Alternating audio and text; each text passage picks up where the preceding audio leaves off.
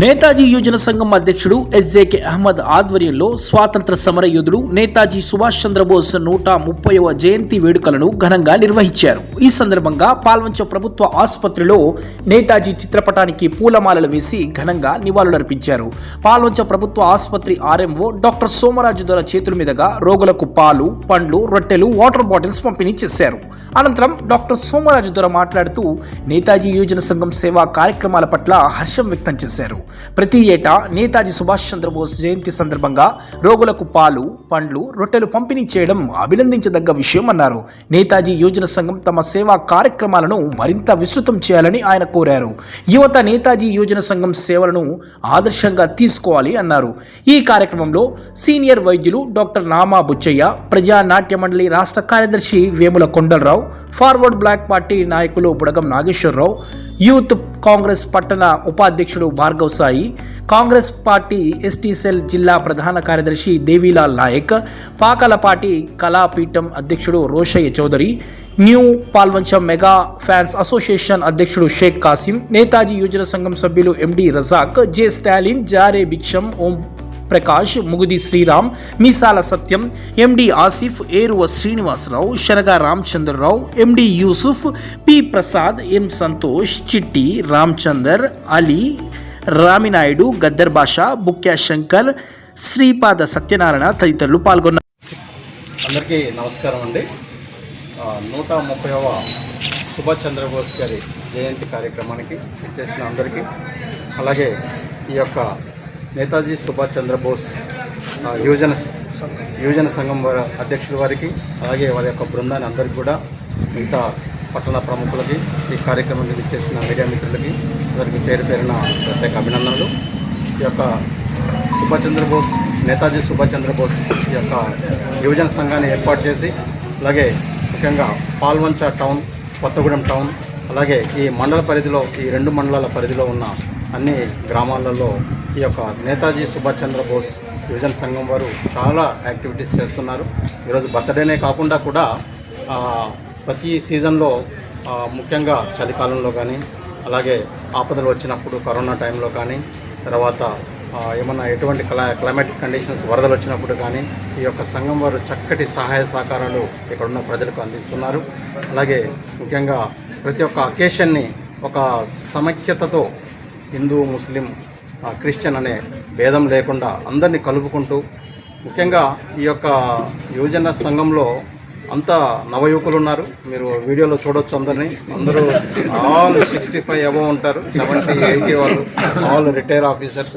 వాళ్ళని ఇన్స్పిరేషన్గా తీసుకొని వాళ్ళందరూ కూడా చాలా అన్ని రంగాలలో ప్రావీణ్యత కలిగిన వారు. మరి ఎందుకు ఈ మాట అంటున్నానంటే, నేను వారిని ఇన్స్పిరేషన్గా తీసుకొని ఇప్పుడు వస్తున్న జనరేషన్, ముఖ్యంగా ఈ యొక్క సెల్ ఫోన్ యుగంలో ఉన్న జనం అందరూ కూడా వాళ్ళని ఇన్స్పిరేషన్గా తీసుకొని చాలా మంచి కార్యక్రమాలు చేస్తున్నారు. అలాగే అందరూ కూడా వీళ్ళని ఇన్స్పిరేషన్ చేసుకొని ముందు కూడా మంచి కార్యక్రమాలు చేయాలి. ఎందుకంటే ఇప్పుడు అంతా మోరల్ వాల్యూస్ లేకుండా ఉంటున్నాయి. ఇలాంటి పెద్దల్ని చూసి మనం చాలా విషయాలు నేర్చుకోవాలి వచ్చే జనరేషన్. అలాగే వీళ్ళు సేవా కార్యక్రమాలు చేస్తున్నట్టుగానే మిగతా వాళ్ళు కూడా వీరికి సహాయపాటు అందిస్తూ అన్నట్టు మంచి కార్యక్రమాలు చేయాలని, అలాగే వీరందరూ కూడా రిటైర్ ప్రతి ఒక్క దాంట్లో ఒక్కొక్కరికి ఒక స్కిల్ ఉంది. ఈ స్కిల్ అంతా కూడా మనము వారి దగ్గర నుంచి ప్రత్యేకమైన తరగతులు పెట్టి కానీ, ప్రత్యేక కార్యక్రమాలు పెట్టి కానీ వారి దగ్గర నుంచి నేర్చుకొని ముందు మన సమాజానికి మొత్తాన్ని కూడా ఎలాగైతే ఈ సంఘ సేవ చేస్తున్నారో అన్ని విధాలుగా స్కిల్ డెవలప్మెంట్ దగ్గర నుంచి నేర్చుకోవాలని నేను మనస్ఫూర్తిగా కోరుకుంటున్నాను. అలాగే ఈ కార్యక్రమానికి అన్ని వేళ ఇక్కడ ఉన్న అందరూ యువకులు కానీ, నవయువకులు కానీ అందరూ కూడా ప్రతి ఒక్క ప్రోగ్రాంలో అటెండ్ అవుతున్నారు. వీరికి నిజంగా మనస్ఫూర్తిగా అభినందనలు తెలుపుతున్నాను. ముఖ్యంగా అధ్యక్షులు ఎస్జేకే అహ్మద్ గారికి ప్రత్యేక అభినందనలు తెలియపరుస్తున్నాను. అందరినీ ఒక తాటి మీదకి తీసుకొచ్చి ఈరోజు ఇట్లా చక్కటి కార్యక్రమం చేస్తున్నందుకు ప్రత్యేక అభినందనలు తెలుపుకుంటున్నాను. మన ఆజాద్ హిందూ ఫౌజ్ నిర్మించిన నేతాజీ గారి జన్మదినోత్సవాన్ని జరుపుకుంటున్నాము. దానికి అహ్మద్ గారు చాలా కృషి చేసి మనందరినీ ఒక దగ్గర తీసుకొచ్చి, దేశభక్తి అనేది తగ్గిపోతుంది, దాన్ని పెంపొందించడానికి ఇలాంటి కార్యక్రమాలు బాగా చేస్తుండాలి. స్వార్థం లేకుండా చేసి సమాజం నశించిపోతుంది. దాన్ని ఇంపుదించాలంటే ఆయన ఏమన్నాడు, మీ రక్తాన్ని ఇవ్వండి, నేను స్వాతంత్రాన్ని ఇస్తానన్నాడు. ఇప్పుడు మనకి ఎవరు ఏమిస్తున్నారో మనకేం అర్థం కాని పరిస్థితి.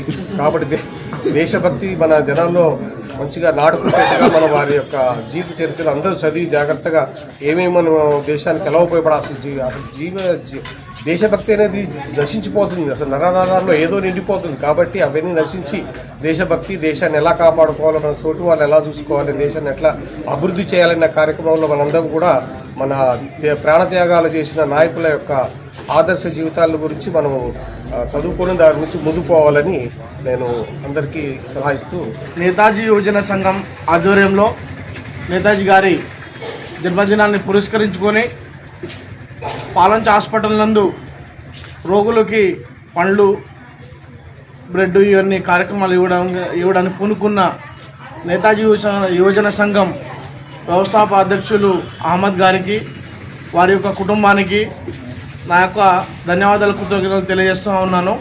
ఎందుకంటే మాలాంటి యంగ్ జనరేషన్కి వాళ్ళ యొక్క సేవా కార్యక్రమాలు చాలా ఇన్స్పిరేషన్. వారి యొక్క ఇన్స్పిరేషన్ని భవిష్యత్తులో కూడా మాలాంటి జనరేషన్ ముందుకు తీసుకెళ్ళి వాళ్ళకి వేరే సమాజంలో ఉన్న యువకులకి ఆదర్శప్రాయంగా ఉంటారని కోరుకుంటూ ఈ అవకాశం ఇచ్చిన మీ అందరికీ పేరు ధన్యవాదాలు. నేతాజీ యువజన సంఘం